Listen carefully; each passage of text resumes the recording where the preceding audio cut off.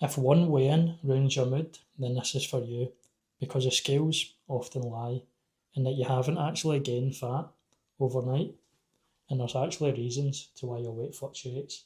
But before we get started, let me just get that to fuck. But often when we panic in the morning when our weight's up for no reason, even though we've stuck to our calories exactly and done the right amount of cardio and sessions for that week, but somehow we're still up weight, then it actually leads to a lot of things. First thing, water retention. Maybe we've consumed too much salt the day before, which then results in us retaining more water.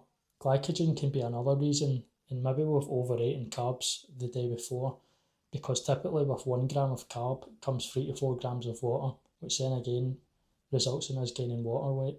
Another thing, like hormones, typically if you're a woman, you tend to hold on to 1 to 3 kg more during your cycle.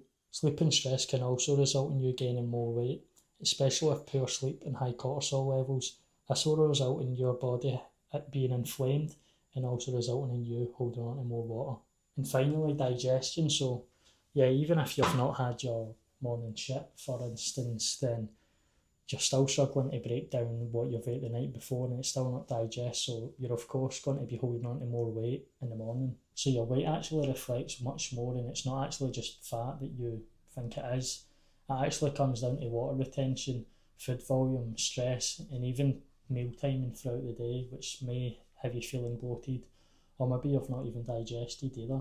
So instead of you panicking every single week when you do your weekly check-in with your personal trainer and your weight's up again and it's making your personal trainer think, are they being a fat cunt or is something really up? But then again, as I explained, you could have had way more salt the day before, or maybe increased your carb intake. So what I would advise is you weigh daily and then take an average from it at the end of the week, because then by doing that, you'll certainly see that you're still on track.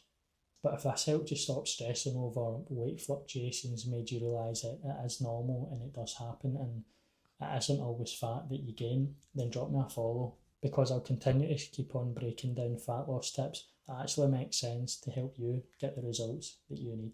I always feel strange sitting on a toilet with actual clothes on instead of just being in your bare arse.